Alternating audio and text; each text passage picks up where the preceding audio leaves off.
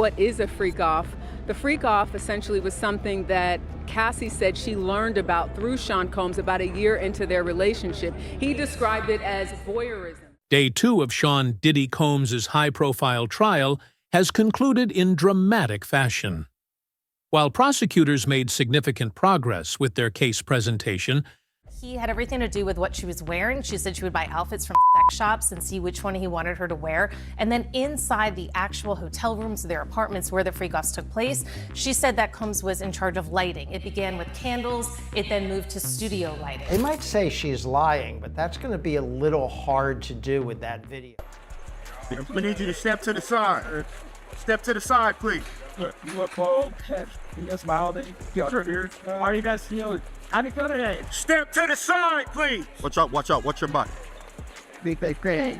How can you bump it today? Congratulations at NYU check. Give us a little space. Give us a little space. Give us a little space. Golden Nation. Nice little smile. Nice. That's step to the side, please. I feel like we like great being by his very stuff. Yeah. Wait. Keep us a little space. Watch out. Give us a little space, please. Oh, my. Sorry about that. It's all right. Give us a little space. Here. Oh, chocolate eating it. Guys, oh. Boss down down. Back up. Back up. Hey, man, Sean, man, be good, bro. Okay. Charlie. there were still some evidentiary gaps to fill. However, a major development toward the end of the day could potentially change the entire trajectory of this closely watched case. The prosecution's star witness taking the stand, but it was more than that. It was how Cassie took that stand. You could hear a pin drop when those doors opened, and a visibly pregnant Cassie Ventura walking past a man she had not seen in 6.5 years. A man she says violently abused her for a decade. A man the prosecution said trafficked her. Well, she sat across from him, placed her overcoat behind her, turning her body slightly toward the jury, rubbing her pregnant belly throughout her testimony. Diddy, well, he was more fidgety than he was the day before. He was passing notes. He pushed himself away from the defense table and largely sat like that. They never seemed to make eye contact with one another, not even after she was crying about having loved him once and planning and participating in these freak-off parties because she feared him and she wanted to make him happy, but feeling worthless, feeling disgusting because she didn't want to do it. Now, with each moment, the testimony became more and more graphic. Her delivery, though, it never changed. It was matter of fact, steady, calm. At times, she was even critical of herself, walking us all through how a 10-album record deal came over a 10-year period of abuse, sexual humiliation. And once you hear Cassie's testimony, you'll understand why the courtroom was so tense. The atmosphere in the courtroom was electric, as testimony revealed disturbing details about one of music's most powerful figures. The tension was palpable from the moment proceedings began. Legal analysts noted you could hear a pin drop when the courtroom doors opened to reveal the prosecution's star witness. Makes him unique, though. Sure, but is that what he's doing? Is he running an entertainment and fashion industry, or is he running essentially a criminal organization? By the way, we have a poll up right now. You can participate in it. Do you think Cassie Ventura was a victim or partner in this? Ready for this? 82%. Well, this doesn't make sense. 82% say yes. I don't know if that's yes to, I think we need clarification. 82% say victim or partner. We'll get a clarification on that. By the way, right now. But that's my answer to that question. Oh, okay. 82% say victim. 82% say victim. Maybe based on we're reporting on the testimony right now. Yeah. I mean, I think she is a victim if the allegations are true, but also she is involved in some of the criminal act. I mean, she's getting those prostitutes, right? She's making payments to them, allegedly. She's having them come, so she's involved in some of the alleged criminal activity. And that's an interesting point that wouldn't just apply to her. Other people in his orbit might be some combination of victim and co-conspirator. But you know what? That video changes everything, because the argument would be, What do you think happens if she says no? Yeah. What do you think happens if she says, I'm not in the mood for a freak off tonight. I'm not going to pay the dancer. That's what's going to happen. That video is arguably the most important piece of evidence because it sets the stage when we're talking about coercion or fraud or force. Question from Angelina. How old was Cassie when they first started dating? I think she was 19 years old, so you're talking about a 17-year age difference. That's important. I think that's an important factor if you're talking about power and control, right? Yeah, absolutely. The fact that he's older and obviously has much more power anyway. Sherry Williams asks, what kind of time is Diddy facing if he's found guilty? All eyes were fixed on the witness stand, with jurors described as laser-focused throughout the day's testimony. The gravity of the allegations created an environment of intense scrutiny, with every word carefully weighed by those in attendance. The prosecution's star witness, Cassie Ventura, took the stand in what many consider the pivotal moment of the trial thus far. The courtroom fell completely silent as a visibly pregnant Ventura entered, walking past a man she hadn't seen in over 6.5 years. A man she alleges violently abused her for a decade. You seen how Albie Shore, he came out saying that Kim Porter death needs to be looked into? I think that Al being his ex-wife, he have every right knowing about the stuff that came out about Diddy and what he was doing. You understand what he has done in the past, and people have overlooked it. By him coming out and saying that he hoped that he could get her case reopened. There was a guy called John the Paperwork Party. They would put in an open petition to get Kim's case reopened. You understand what I'm saying? So I'll be sure doing this is showing that, you know, he still got love for Quincy's mother. He still want to find out the truth because allegedly Kim was fine the day before and the day of her death. And then now she found in the bed dead from pneumonia. That just don't sound right, bro. That don't sound right at all. So you feel the same way about her death being suspect? I don't think nobody in America thinks it's nothing suspicious about Kim's death, bro. If you are rich like that, you could, you know, Kim had, I think a net worth of like, what, 12 million a year or something like that? Kim could have called any doctor to come over and look at her. If she was that bad, you know, she could have called an ambulance or something like that. Everything is suspicious about her death, bro. And I don't think an autopsy was done on her. And if it was a half job.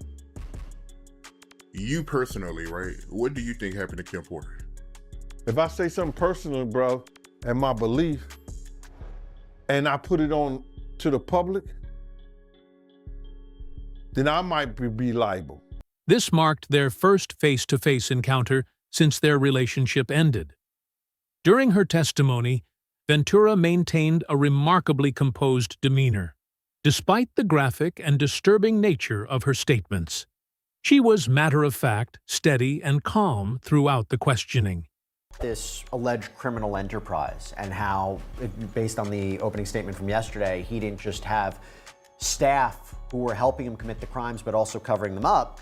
Just now, an update from court. Prosecutor asked Cassie Ventura, how would he keep tabs on you? To which she apparently responds, he didn't live far apart.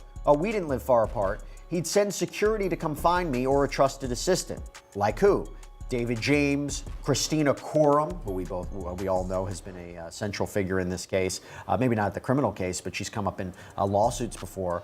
The prosecutor asks her, was your relationship exclusive? Ventura replies, no. If she's naming names like David James or Christina Coram, do they have to testify, you think? I don't think they have to testify, but I wouldn't be surprised if they did. I would think this is all planned out, that she's going to indicate some people and then the prosecution is going to bring them in later in the trial to verify, right? One thing you really want to do with a witness like this, the defense is going to say that she's embellishing. They might say she's lying, but that's going to be a little hard to do with that video, right? They can't just say she's a liar, but they're going to say she's exaggerating, she's embellishing, they're painting it a certain way because of the case. So you have to bring in these corroborating witnesses and whatever other corroborating evidence you have to verify what it is she's saying. So it would be very useful, for example, if she says, yes, David James came around to check on me on behalf of Mr. Combs, and then David James takes the stand and says, yes, I did that. Yeah. That would be helpful. At times, she was even self-critical as she methodically described how what began as a promising music career with a 10-album record deal became entangled with alleged abuse, control, and sexual exploitation. Observers noted that Ventura and Combs never appeared to make eye contact during the proceedings. While she remained composed, Combs was described as more fidgety than the previous day, frequently passing notes and pushing himself away from the defense table. Ventura provided context to her relationship with Combs, testifying that they first began their physical relationship during a trip to Miami. Interesting to see how they react and respond to the alleged victim, Cassie Ventura, because she is expecting her third child and is clearly pregnant. So how jurors will kind of see that or visually how they take that into consideration, we don't know, but really they're supposed to make sure that they stay fair and impartial and pay attention to the facts, which is something even the judge warned them about before they were official jurors. She explained that their relationship remained not public for many years because Combs didn't want it to look bad due to his family situation. The defense acknowledged that the videos of alleged freak-offs will be shown, but that those videos, they said, didn't come from the government's investigation so much as it came directly from Cassie's phone. But they were essentially trying to raise doubt about why did she hold on to these videos, and again making this argument that this case is about love and infidelity and money. But the prosecution is saying, no, you will hear from witnesses that will tell you that they were abused, they were kicked, they were punched, they were coerced to taking drugs and to performing sex acts. So this is only the beginning. When asked who he was with at the time, Ventura replied, Kim Porter. This revelation established an overlap between Ventura's relationship with Combs and his relationship with Porter, who died unexpectedly in 2018. Many people have seen that 2016 video of Sean Combs assaulting his then girlfriend, Cassie Ventura. And the defense said, listen, what you witnessed was wrong, it was inhumane, it was horrible, but that was domestic violence, and they said that is not criminal enterprise, that is not racketeering, but both sides sort of making those compelling arguments and opening statements that for the prosecution, that he is guilty, for the defense obviously saying that he's not guilty of these crimes that he's alleged to have committed. According to testimony, Combs and Porter had dated on and off from 1994 to 2007. How were these freak-offs orchestrated? So Cassie kind of walked the jury through what her role was in the freak-offs and how she said that Combs had choreographed them. He was the director in charge.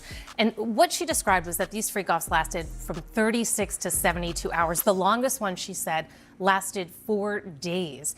And through that period, she said her role had evolved from initially Combs setting up the first one to then it becoming essentially her job. These freak-offs, she said, were occurring weekly.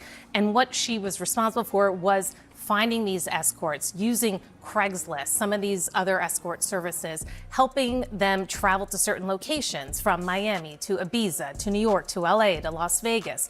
And that she worked with Combs's business travel people in order to move people around, saying that they would project that they were potential employers and getting them to move. But she said that he had everything to do with what she was wearing. She said she would buy outfits from shops and see which one he wanted her to wear. And then inside the actual hotel rooms, their apartments where the freak-offs took place, she said that Combs was in charge of lighting. It began with candles, it then moved to studio lighting, that he was directing how they moved from each action of each sexual act in these freak-offs, and even the amount of baby oil that they were wearing. She said that he wanted them to be glistening, and so he would often encourage them to put on more baby oil. And then the Part of that testimony, she said, was that she had engaged and used numerous drugs, including ecstasy, GHB, ketamine, cocaine, marijuana, and the prosecution showed text messages where before a freak-off, she is texting Combs asking, which colored pill do I take from your Louis Vuitton med bag? And he directed her which one. And shared several children together. Ventura and Combs reportedly dated from 2007 to 2018, with age becoming a significant factor in the power dynamic. She was approximately 19 when they began dating, while Combs was about 17 years her senior. In perhaps the most disturbing portion of testimony, Ventura provided extensive details about what she called freak-offs, events she claims were orchestrated by Combs about a year into their relationship. I can tell you that immediately, the moment she opened her mouth, you could see that Combs was listening intently to everything that she has to say, as well as those jurors. People know that she was that star witness, the key person in all of this. When you think about that civil suit that came out in 2023, that was settled the day after, she really is the person that connects all the dots. When you look at the indictment and you look at some of the charges, she's the one talking about the freak-offs and what was involved and how she had to act. The prosecution is asking her questions to show that she wasn't in control. She said that Sean Combs directed everything from what she had on to the lighting in the room to how she was supposed to interact with the person that she was having sex with. And again, just to reiterate what is a freak-off, the freak-off essentially was something that Cassie said she learned about through Sean Combs about a year into their relationship. He described it as voyeurism, wanting to watch her have sex with someone else. And she said that she did it because she was 22, 21, she was young, she didn't know any better, and that she wanted to please Sean Combs. And at some point in time, she actually had said that she looked forward to the freak-offs. Why did Cassie express looking forward to these said freak-offs? When the prosecution asked her, was there ever a time that you enjoyed the freak-offs? This is when Cassie got choked up and she said, I did, but only because I got to spend one-on-one time with Combs, and I really did love him. And that is speaking to the psychological abuse in addition to the physical abuse that she potentially experienced as well. She's definitely laying out someone who was young, who was influenced by wanting to have this record career. She signed a 10-album deal with Bad Boy Entertainment led by Sean Combs, and basically describes being enamored by Sean Combs, loving him, not knowing about certain things, and him sort of telling her, teaching her about that. And what you hear is someone that was young and she even said, you know, I was young, I was naive, I didn't know any better. She described these as voyeuristic encounters where Combs would direct and watch her engage with other people. According to her testimony, these events could last between 36 to 72 hours, with the longest continuing for 4 days. She stated they occurred weekly, and over time, arranging them became her responsibility. Finding escorts through Craigslist and other services, coordinating travel, and making logistical arrangements across multiple locations. Was going to be with someone in this music industry that was going to help her career, that cared about her, but quickly learned after the freak-offs that wasn't the case. And what I thought was also interesting is she said that after that first freak-off, she said she felt dirty. She didn't want to do it. And when she brought up the idea of having a conversation about the freak-offs in an email, which the jurors saw, she said she backpedaled in the email because Combs responded by saying, I know, you don't want to do it. And she said, oh no, well, it's not that. But that was the beginning. That was in 2010, where she brings up in an email that she wanted to have a conversation about this. And in her words, she didn't want to do it, but she felt like she had to do it. Gosh, it's so difficult to hear all of these details. And since taking the stand, Cassie has been emotional. What made Cassie emotional on the stand? I think what made Cassie emotional is having to describe the details of the freak-off and why she did it. When she talked about wanting to do it to please Sean Combs, that's when she broke down. Up until that point, she had just been answering the questions. She's a little soft-spoken at times, but that's when she got emotional. When she had to answer the question about if she enjoyed it, that's when she broke down, because she said, I enjoyed being with Sean Combs. And she says, I did it because it made him happy. What did the expressions of the jurors look like? The jurors are laser focused on what Cassie has to say, and that's to be expected, right? Because she is the person who will likely be on the stand, according to attorneys, for 2, maybe 3 days. She's the one that was in the relationship with Sean Combs for over 10 years. So she's got a lot to say, and she's just getting started. Including Miami, New York, Los Angeles, Las Vegas, and international destinations like Ibiza. Ventura claimed Combs controlled every aspect of these encounters with meticulous attention to detail. He dictated what she would wear, having her purchase outfits from shops for his approval. He managed the lighting, starting with candles and eventually progressing to professional studio lighting. He directed every aspect of the sexual interactions.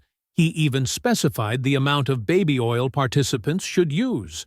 Is sharing new details about her relationship with Sean Diddy Combs. While testifying against her ex in his trafficking trial, the pregnant singer, who is currently expecting her 3rd child with husband Alex Fine, reveals to the jury that there was actually an overlap for when she and the late Kim Porter dated the rap mogul. In court, Ventura says, per NBC News, that she and Combs first started their physical relationship when they went on a trip to Miami. It was when they returned home that they began spending more time together, though the relationship was, quote, not public for many years. Ventura adds that Combs didn't want it to, quote, look bad, but also knew it was because of his children and personal things like his family. When she was asked who he was with at the time, Ventura replies, quote, Kim Porter. Combs and Porter, who unexpectedly died in 2018, reportedly dated on and off from 1994 to 2007. With them becoming parents to son Christian, twin daughters Delilah and Jessie, and Porter's son Quincy, whom she had from a previous relationship. Their romance ended in 2007, with her choosing to pack up all of her belongings and move out of their home while Combs was out of town. Porter has previously said to Essence magazine that she wanted it to be, quote, dramatic, adding, quote, if I pack up everything, twins and all, it means I'm out. Puffy's an action person, not a talk person. Ventura and Combs reportedly dated from 2007 to 2018, with her sharing after their romance that he was frequently violent towards the end of their relationship. Last May, a 2016 video of the rapper assaulting her surfaced. In hotel surveillance video published by CNN, Combs was seen chasing the singer down a hotel hallway before grabbing her, pulling her to the ground, and kicking her multiple times. The footage appeared to match up with an alleged incident detailed in the singer's lawsuit filed against the Grammy winner. Wanting them to be glistening on camera, she also testified about extensive drug use during these events, including ecstasy, GHB, ketamine, cocaine, and marijuana. The prosecution presented text messages where Ventura asked Combs which colored pill she should take from his Louis Vuitton med bag, with Combs providing specific instructions. When asked if she ever enjoyed these encounters, Ventura became visibly emotional, stating she only participated to please Combs because she loved him, though she felt dirty afterward. She testified that after the first such encounter, she felt uncomfortable and didn't want to continue, but felt unable to refuse. I don't really want to say what I really believe, brother, because, you know, what I really believe is that they might got into a little spat, a little fight, something went down, and Puff did that play fighting stuff that he always do, and that pillow fighting stuff, and probably smothered her. But I wouldn't say that on the air. I wouldn't let people know that he probably smothered her to death, and because she had a bad cold or she felt some kind of way that she died doing them having that play fight with the pillow fights and everything, and smothered her. But I'm not gonna say nothing like that on the program because I don't wanna get myself in trouble. As far as saying that with him and say, oh, he said this and he said that. Nah, I'm just being facetious, I'm just being sarcastic that if, you know, in those type of realms and those type of things, because I'm never gonna say that he probably smothered her to death. I wouldn't do that. You know what I mean? And then all of a sudden, they rush to do, the coroner come in and say, yo, She had she had pneumonia. She died of pneumonia, but nobody did no autopsy or nothing like that. Get out of here. Have her funeral, put her in a gold casket. It takes, what, 2 months to get those gold caskets? Had it within a week? Or you're a millionaire, I guess you can. You're a multi-millionaire, you can get it that quick.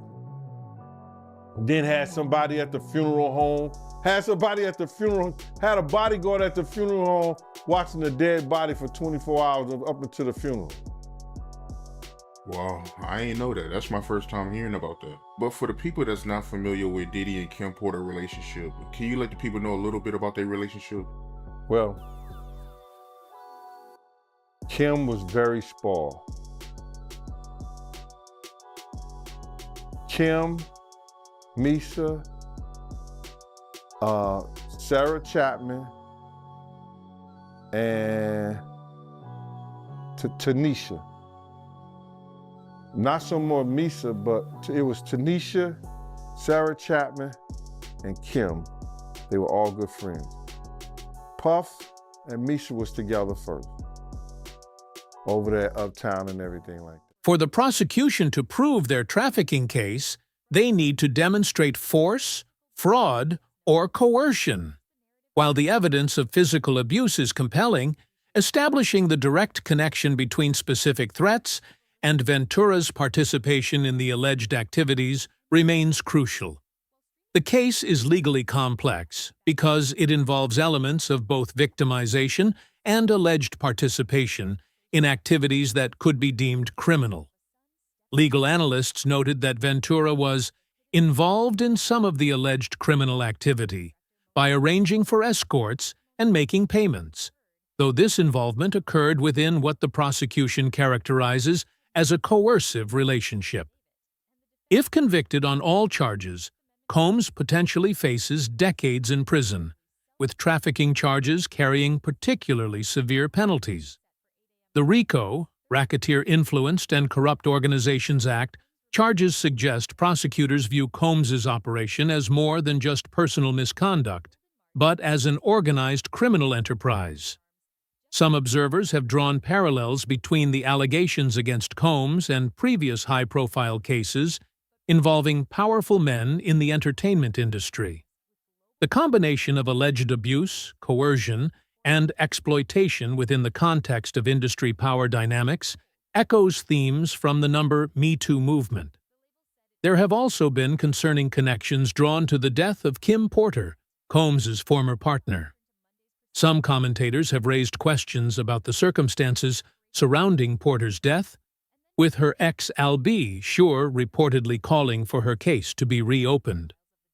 While not directly related to the current charges, these wider discussions highlight the broader context of accountability within the music industry that forms the backdrop to this case.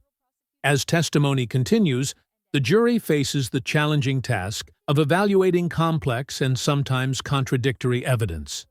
They must determine whether Ventura's participation in the alleged activities was truly coerced or if elements of consent existed.